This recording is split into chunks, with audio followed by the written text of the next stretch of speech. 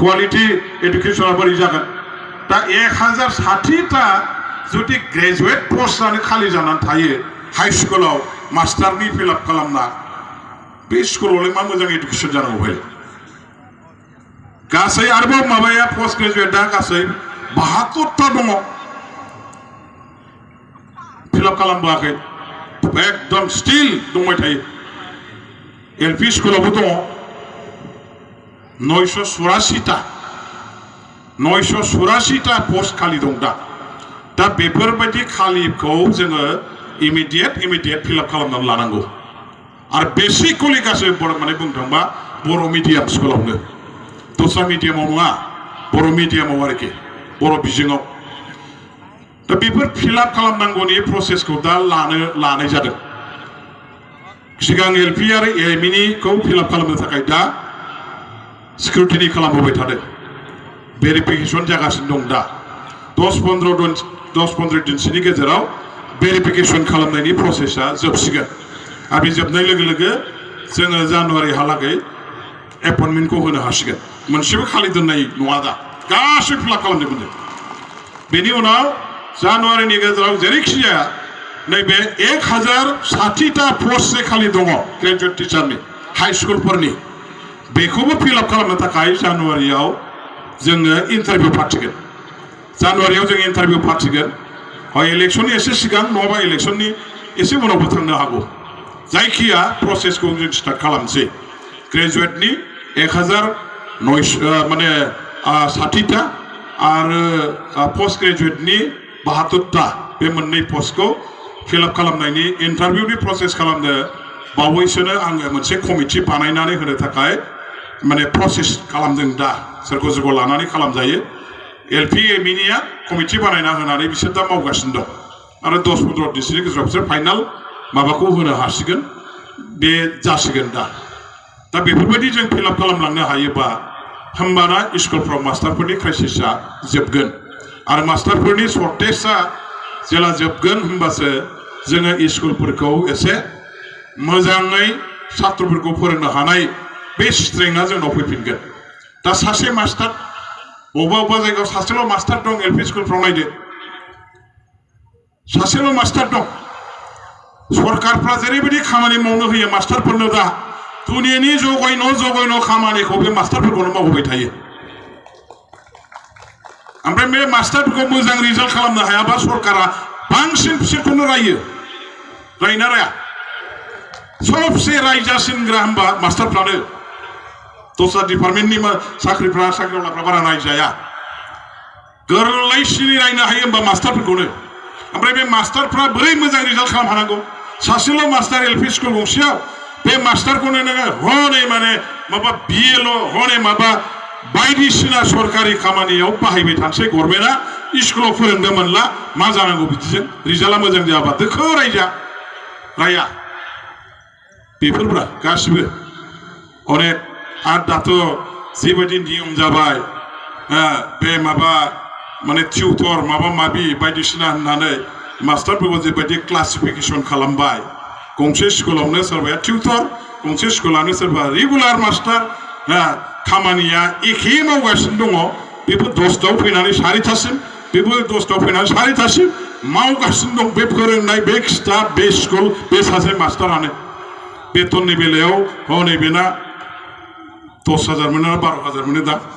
बेखौनो लानानै था सासेया बिनि मेगनाव 50,000 बेथना बख'गासिनो दं बिसोरनि गेजेराव साइक'लजिकेल डिफारेन्स फैगोन ना फैया साइक'लजिकेल डिफारेन्स फैयो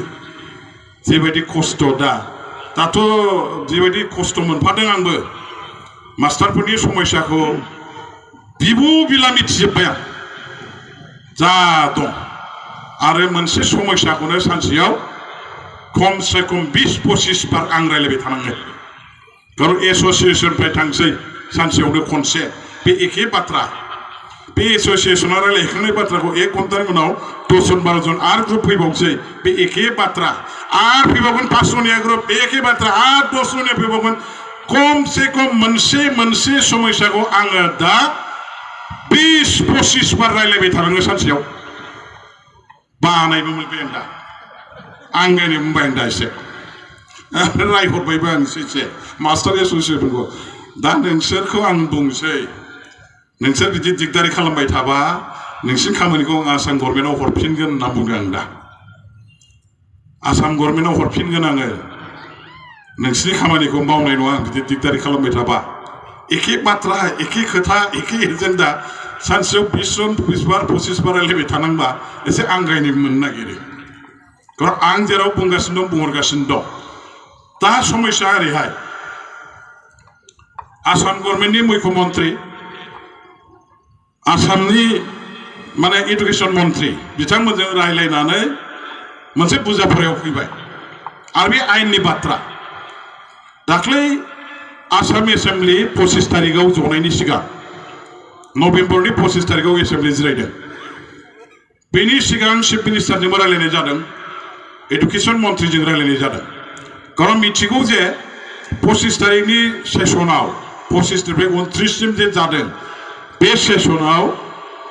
एडुकेशन एमेन्डमेन्ट बिल लाबोगोन स्कुल प्रभिन्सियेलाइज खालामनायनि माबा मास्टारफोरनि साख्रि प्रभिन्सियेलाइज खालामनायनि एमेन्डमेन्ट बिल लाबोगोन दा बावहाय जों मिथिबाय जे आसामनि एमेन्डमेन्ट बिलजों जोंनि बर' मिडियाम स्कुलफोरनि खहा जानो थांगासिनो दं कारण बिथांमोना जाबाय एमेन्डमेन्ट खालामदोंब्लाबो बिथांमोननि सार्भिस प्रभिन्सियेलाइजेसननि बेस इयारा जाबाय 1/1/2006 आरो 1/1/2006 खौ जुदि बेस इयार खालामनानै प्रभिन्सियेलाइज खालामनांगौबा जोंनि बर' मिडियाम स्कुलफोर बिटिसि ओनसोलाव बिराद बुरजा डिप्राइभ जायो हाबा कलेजफ्रा हाबा high school LP ME college provincialise जाया बेखायनो जोंनिया जाहैबाय मा जोंनि ओनसोलाव आन्दलन जादों बे समाव आन्दलननि थाखाय हानि रेकर्ड मानसिफोरनाव गैया डिअफोरा हा हरा सार्केल अफिसारफ्रा हा हरा इउ डाइस कड गैया 9-10 नि जबरदस्त बिगासिनो दं बे गैयाबा प्रभिन्सियेलाइज जाया अनेक समस्या दं दा बेखायनो जोङो होनबाय जे 1/1/2006 खौ बेस इयार खालामनानै प्रभिन्सियेलाइज खालामनायाव जोंहा बिटिसिनि बर' मिडियाम स्कुलफ्रा नट अनलि बिटिसि आसामाव जेसेबां दं बे स्कुलफ्राबो डिप्राइभ जाजोबो ओंखायनो जों मोनसे फर्मुला मोनसे माबा होबाय मा दाना आयेनाव थांसै होननानै बे जाबाय बिटिसिआ लेजिस्लेटिभ पावार थानाय मोनसे पावारफुल गभर्नमेन्ट बे दस्रा दस्रि गभर्नमेन्ट बायदि नङा लेजिस्लेटिभ पावारा पार्लामेन्टआवबो दं सेन्ट्रेल गभर्नमेन्ट दं स्टेट गभर्नमेन्टआवबो दं एसेम्बलियाव सेम पावारा जोंनि बिटिसिआवबो दं लेजिस्लेटिभ पावार गैयै गभर्नमेन्ट नङा बियो तारमाने आयेन बानायग्रा जे क्षमता बे क्षमताया आसाम गभर्नमेन्टनि जे क्षमता लेजिस्लेटिभ पावार एखे क्षमता संबिधाना जोंनोबो होदों आरो डिपार्टमेन्टआ एडुकेशन डिपार्टमेन्टआ जोंनो ट्रेन्सफार खालामखानाय डिपार्टमेन्ट बेखायनो जे डिपार्टमेन्टखौ ट्रेन्सफार खालामदों 40टा डिपार्टमेन्ट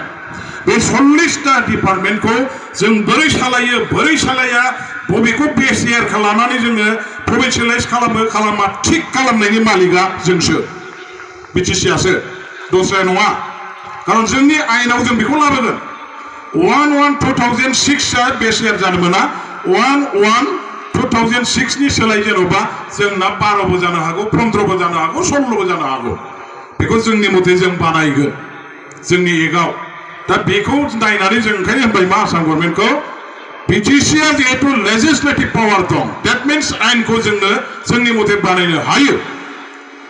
आरो डिपार्टमेन्टआ जिहेतु ट्रेन्सफार साबजेक्ट एडुकेशन डिपार्टमेन्टआ बेनिखायनो जोङो दा एडुकेशन डिपार्टमेन्टखौ सालायनायनि नामाव स्कुलफोरखौ कलेजफोरखौ प्रभिन्सियेलाइज खालामनायनि नामाव जों मोनसे आयेनखौ जोंनो बानायनोसै